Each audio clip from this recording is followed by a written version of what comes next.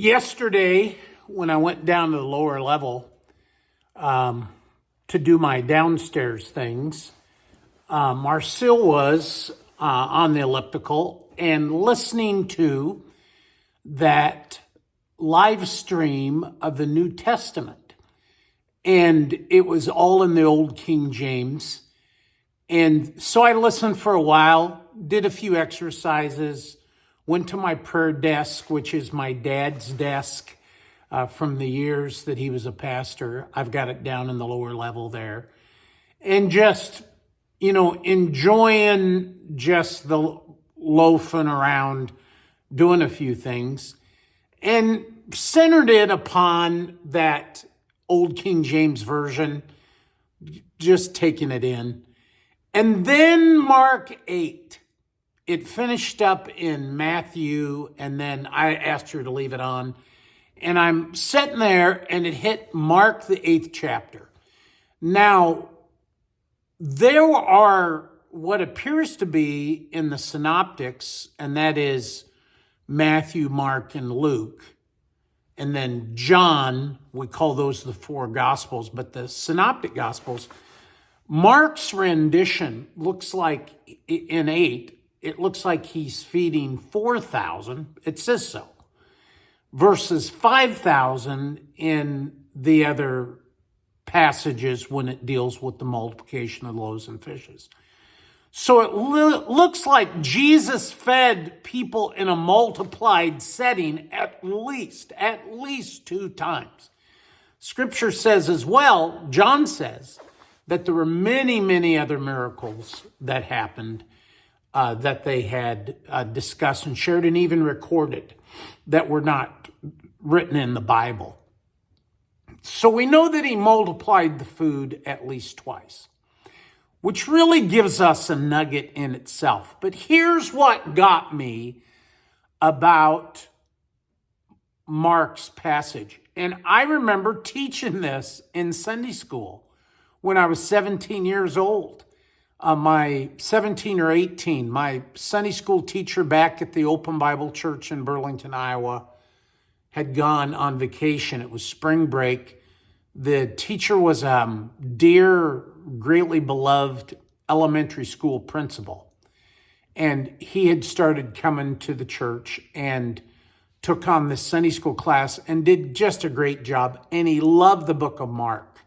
And so we took our time through it. He said, his teaching was it's the shortest book of the Gospels, but the nuggets are so rich. And I was thinking about that as I was sitting there. But what I did was I launched a text to my friend, Greg Hefner, who's battling a brain tumor and the complications from the surgery. And I hit him. It's a strong thing to hit a poor guy with who's dealing with paralysis. But it was that idea, the nugget was that Jesus took what comparatively was very little supplies for such a large group of people. But the first thing he did was thank God for what he had. When the disciples, and that old King James version is different than this one I have here at the shop, my mom's Full Life Study Bible, an international study Bible for Pentecostal charismatic Christians, which my dear mother was. This is a New International Version. I don't really go by the commentary. I just keep it in the shop here. Got a picture of Mom over here.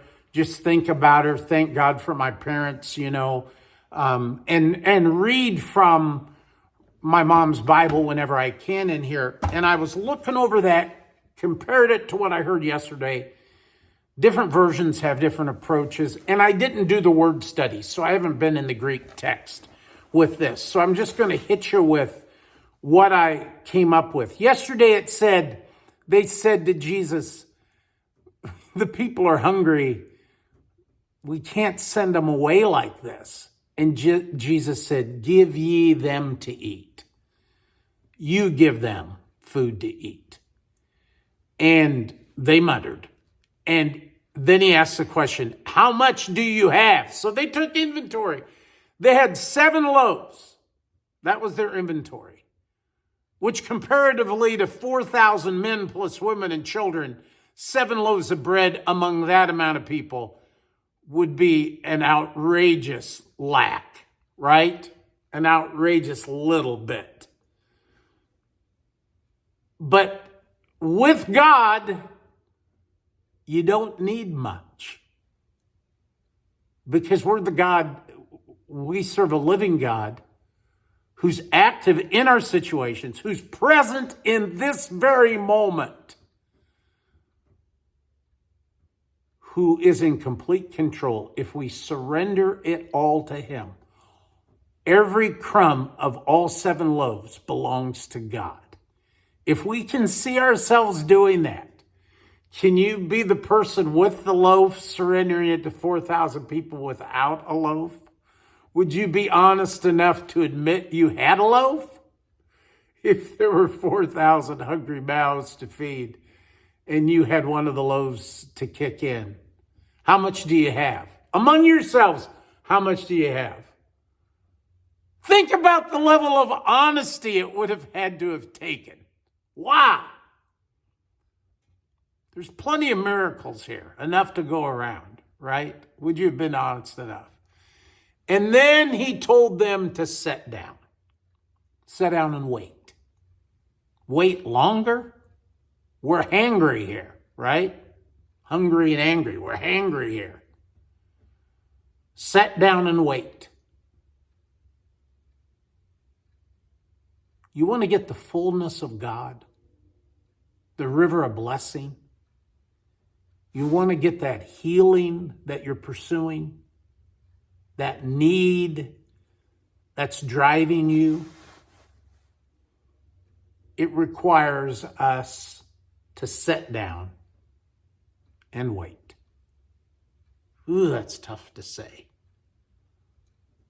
I'm sitting here mulling over, we're in the middle of this Midwest bad weather here this weekend. What is it? January 13th.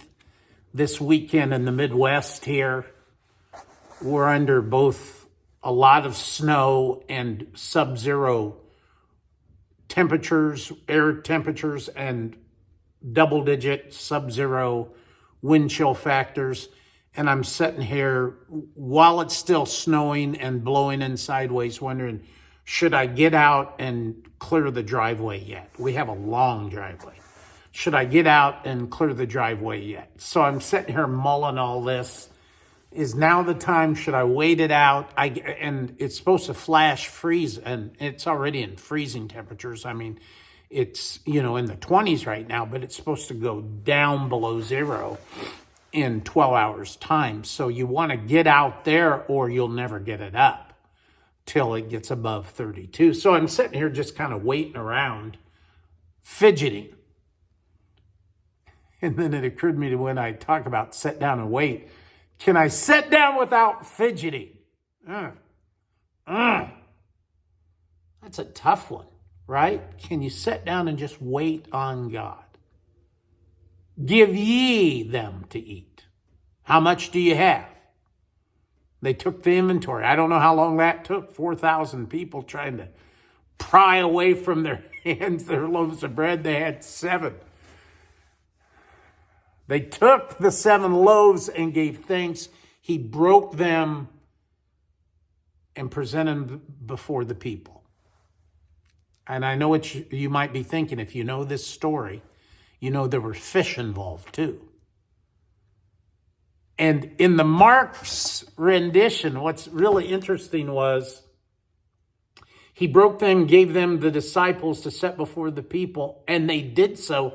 Verse 7, now this is Mark the 8th chapter. They had a few small fish as well. He gave thanks for them also and told the disciples to distribute them. So in Mark's chapter 8, it shows that they had bread. They took them, gave thanks, put them before the people, and then they found the fish. Maybe that was the fish people were holding out on. Maybe the protein They gave away the carbs, but they kept the protein for themselves. But when the people saw what was happening, it was interestingly enough, then they let loose of the fish. When the miracles start to flow, we start to surrender more. But blessed are they who have not seen and yet believe. The true blessing came upon the people that gave up the bread and the people that kept on to the fish. And this is that Mark 8 passage. And then he thanked God for the few fish as well, a little protein to go along with our bread. They thanked God and put them before the people, and it said that people ate and were satisfied.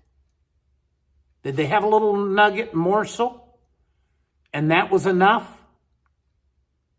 Or was it a virtual buffet? It doesn't say. But we know it was enough. With God and in God, enough is always enough. To the place where they had 7 basketfuls of leftovers. They had 7 loaves to start with, and they had 7 basketfuls left over. Yeah, and I know the teaching that the basket was their backpack or their fanny pack or whatever it was their man bag, their man purse, whatever it was they carried along with them. I know that teaching. But the truth is, it wouldn't have carried more than a loaf of bread anyway. So they laid it all out and had at least as much left over as what they had to begin with. That's what faith is, just stepping out with what you have, taking inventory of what you have, but most importantly, being thankful for what you have. I think that's where the multiplication happens in our lives as we take inventory and sincerely give thanks for what we already have. And when you give thanks for what you already have, what you have will be multiplied many times over to meet your need. That's a biblical principle. Life-sustaining. That will work today. Take your inventory. Sit down and wait on him. Give thanks. And dig in. God bless.